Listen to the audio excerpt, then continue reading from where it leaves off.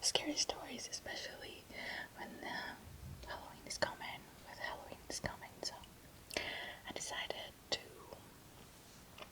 turn to my favorite, which is Russian folklore stories, and I found two that I really liked. They're not really scary, but they are very interesting in my point of view.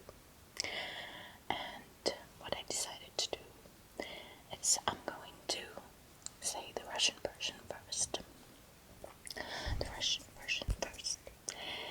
And then I'm going to translate it to you guys. The one is actually in pretty simple language. It's written in ordinary, I would say, language. And the second one is written in my favorite fable type of language. I would say, well, not to offend anybody, but I would say that's how people in the end of the world, in the villages of Russia, is really talking. That's how my grandmother talked. So I'm not trying to offend anybody. But that's how, like, villagers, non-educated people talk in our country. So the second one will be in that kind of language. And if you don't like scary stories, I will also tell my favorite urban legend about St. Petersburg. That's it. Stay tuned, I guess. Let's start. Okay, the first one. Первая история называется «Благословение мертвеца». Благословение мертвеца. Жили в селе два товарища, и договорились они, что обязательно побывают на свадьбу друг у друга. Внезапно один из них умер, и похоронили его.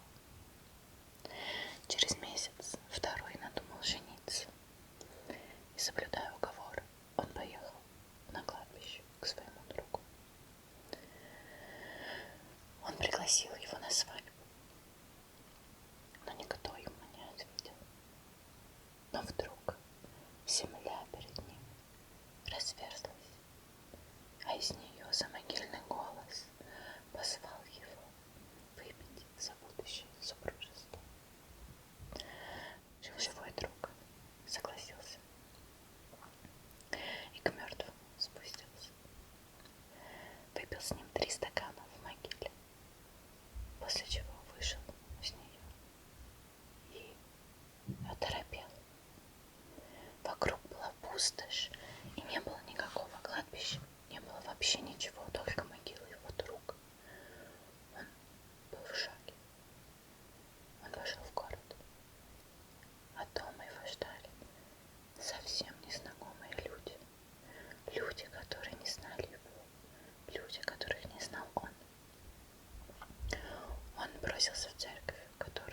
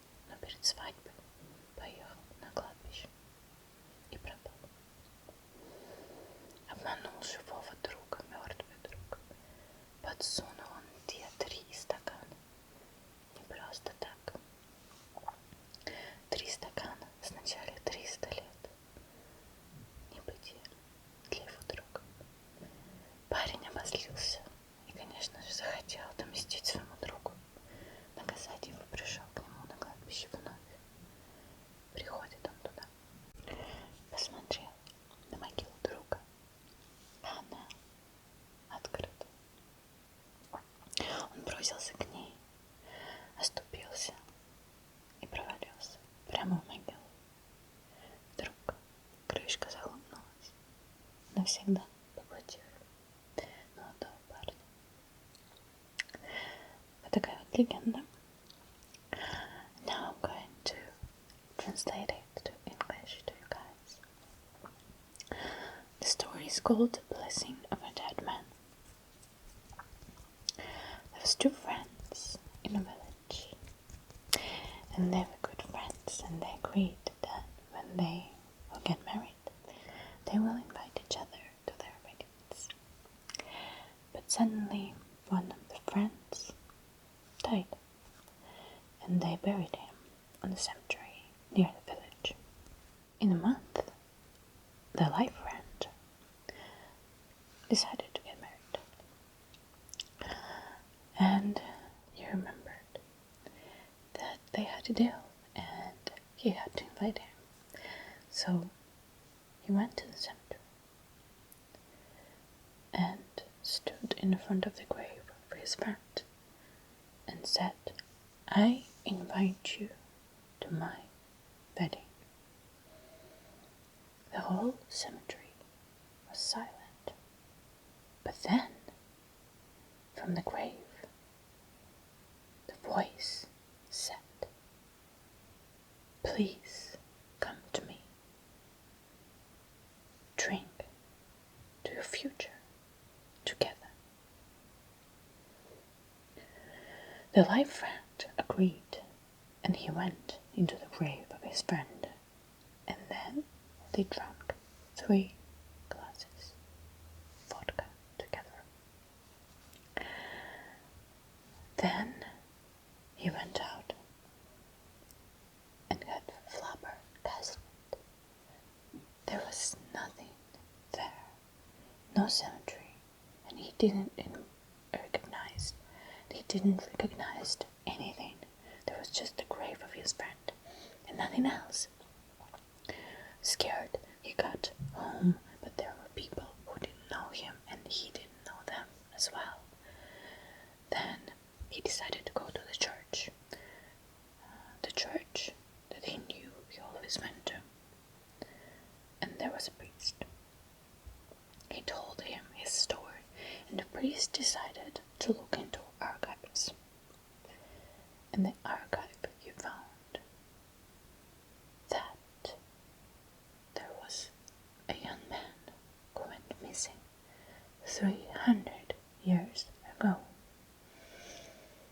He was about to get married to a girl, but then, just right before the wedding, he went to the cemetery and went missing after that. And the girl he was supposed to get married to went crazy out of grief and killed herself. So the life friend realized that he was cursed by his dead friend. He was angry, and he went back where the grave of his friend was, and it was open. He went there in a rage, and then he stumbled and went right into the grave. And then the lid of the coffin closed, and the friend went missing again, forever this time. That's the story. And I gotta say that a lot of stories in Russian folklore have churches, cemeteries, and drinking, and also lazy people, but that's the story that I'm going to tell next. So, the second story in Russian first, which is written in my favorite fable type of old style. In Russian first. В одном селе была девка, лежака, лентяйка, не любила работать, а бы как погутурить да побалакать. И вздумала она собрать себе девок на подпрятки. Вот она собрала на ночь по приду, они и придут, а она их кормит, почует. То сё и разговорились, кто из них смелее. Лежака говорит: я ничего не боюсь. Ну, если не боишься, говорят по придухе, так поди мимо по ГОСТу к церкви, сними образ дверей да принеси. Хорошо, принесу. Только каждая наберите мне по початку. А это чувство-то в ней есть, что ей ничего самой не делать, а чтобы другие за нее делали.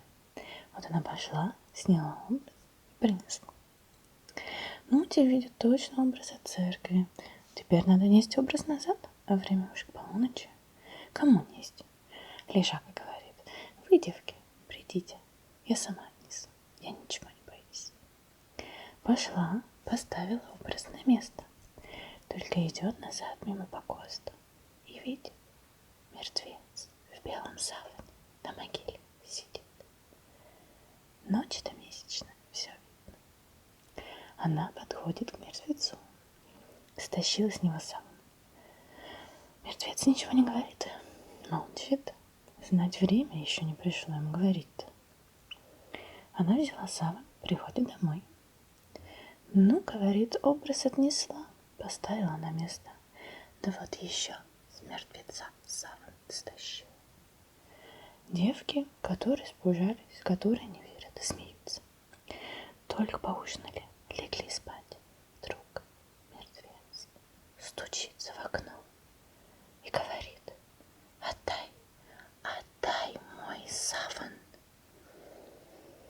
Отдай, отдай мой саван. Девки перепугались, ни живы, ни мертвы. А лежака берет саван, идет к окну, отворила и говорит: на, возьми свой саван. Нет, отвечает мертвец, неси туда, где взяла. Только вдруг петухи запели, и мертвец исчез. На другую ночь уж под придухи все по домам разошлись. В тот же самый час опять мертвец стучится в окно. Отдай мой саван, отдай мой саван. Вот отец и мать лежаки отворяют окно, отдают ему саван. Нет, говорит мертвец, там, где она взяла, пусть туда, и возвращает. Ну как идти с мертвецом на покост? Страшно, только петухи пропели, исчез мертвец. На другой день отец и мать послали за священником, рассказали ему. Так и так, просят подсобить их горе. Нельзя ли, говорит, обедню вот слушать? Священник подумал: ну, пожалуй, можно, велите ей завтра к обедне выходить. На завтра пошла лежака к обедне. Началась служба, народу много пришло. Только стали Херувимскую петь. Вдруг откуда поднялся страшный вихрь, аж на все ниц попадали. Ухватила ее до осени. Девки не стало, только осталась от нее одна коза. Такая вот история. Okay, now in English. Since it's a really difficult language, it's a fable kind of folklore language, I'm gonna stumble because I don't know some words, but I'll try. Okay. There's one village, and there was a girl, and they called her a lazy one because she didn't want to do anything. She just liked to talk and talk and do nothing. So they decided to go with friends and other spinsters, single ladies of the village, single girls of the village, to Spain. That's how actually the word spinsters comes from, because the single girls, they gathered in one house to spin, to sew wool, for example, something like that, and they did that just to get married, to sew for their dowry. And if you spin and spin and spin and don't get married, that's why you're spinster. Okay, but that's just for you to understand. That's how it is, and that's how it was in Russian villages. Okay, so they gathered around in her house to spin, and she was talking to them, feeding them, stuff like that. And they got to talking and decided to argue who is the braver one from all of them.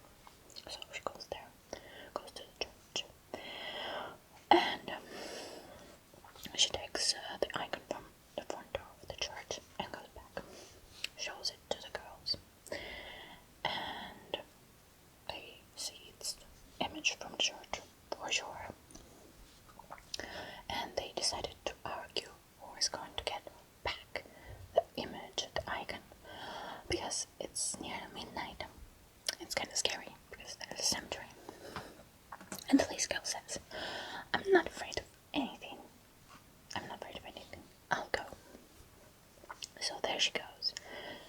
She puts the image, the icon, back to its place. And then she goes around the center and sees a dead man sitting on its grave in white shroud. So, there's full moon, and she sees everything. She decided to come right to the dead man and steals his shroud from him and goes home. And dead man said nothing to her because it was not midnight yet, so it was not his time to talk. So she goes back and said, yeah, I put the image back to its place, and also I stole a dead man's shroud, and shows the shroud to them. Some of the girls, they got scared. Some didn't believe and laughed. But then, after the dinner, it's time for bed, and they hear the knock on the window.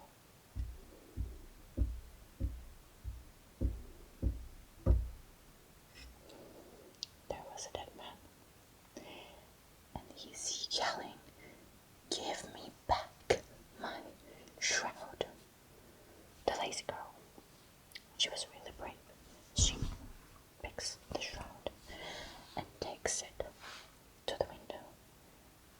And there goes, here's your shroud, please take it and go away. And he says, no, you have to go back and give it to me right where you took it. And it's really scary because you have to go with the dead man back to the cemetery. And then the rooster shrieked and the dead man disappeared. Again, for me, it's actually pretty common, and I guess in Europe too, when the rooster shrieks, it means it's near to the dawn, and that's why all the ghosts and all the evil things disappear.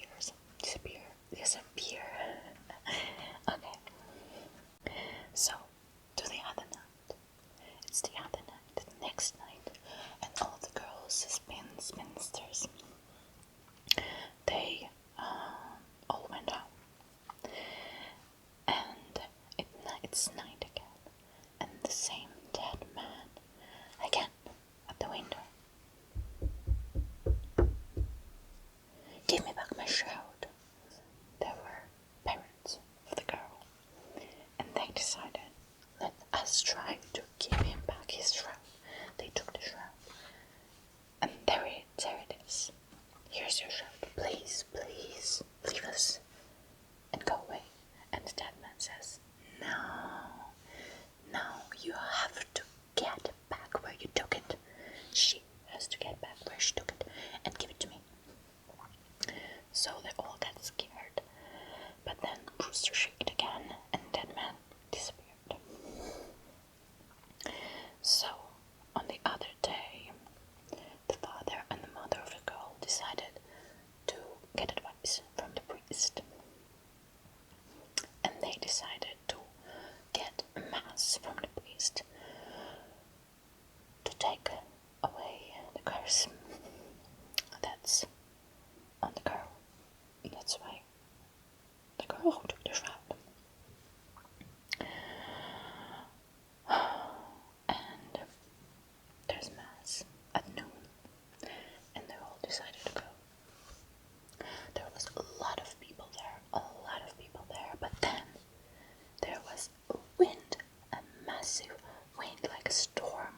All the villagers went down to save themselves and cover their heads. But then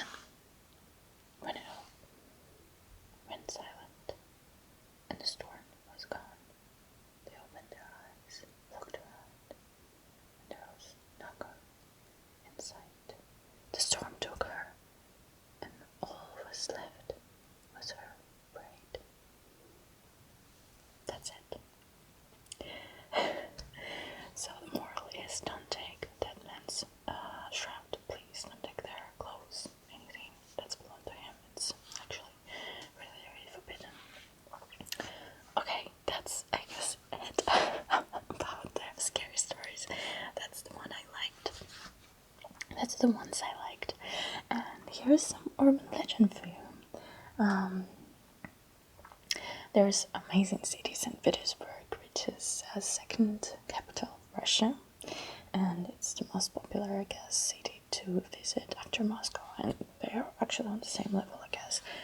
For me, I would rather recommend to visit St. Petersburg than Moscow. Well, there's this bridge, which is called the Bridge of Kisses. There are a lot of bridges that are raised at night because there's a lot of boats, quite big boats, that go through St. Petersburg at night, and we have an opening to the Baltic Sea, to Finland, so that's why the bridges are raised.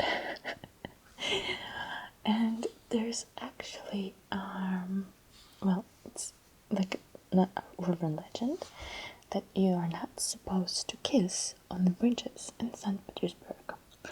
Why? Because in Russia, when we say bridges are raised, we say все мосты разведены.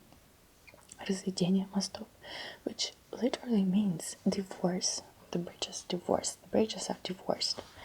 So if your kiss is on the bridge that will be divorced at night, your guys will also be divorced. So you don't have to do that on the bridge. If you don't want to break up, of course. But there's one bridge which is called Bridge of Kisses.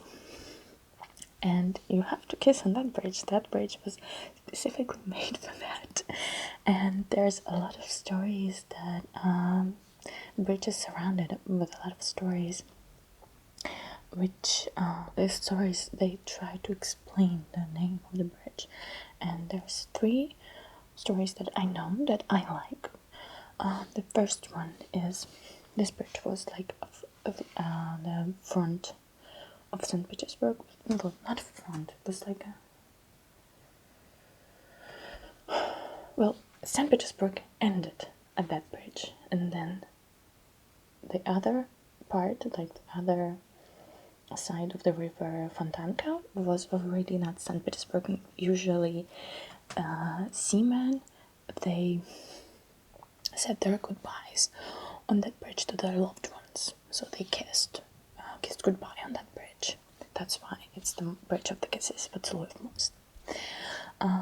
It's the first story. The second one is, it was actually a jail near the bridge, so that's why it was like the last kiss of goodbyes to those who went to jail with their loved ones on that bridge again. And the third one is, there was actually just a tavern which is called The Kiss, because the owner of the tavern, well, literally his last name was of the Kiss, is like поцелуев. That's why the bridge is called поцелуев, the Bridge of the Kisses.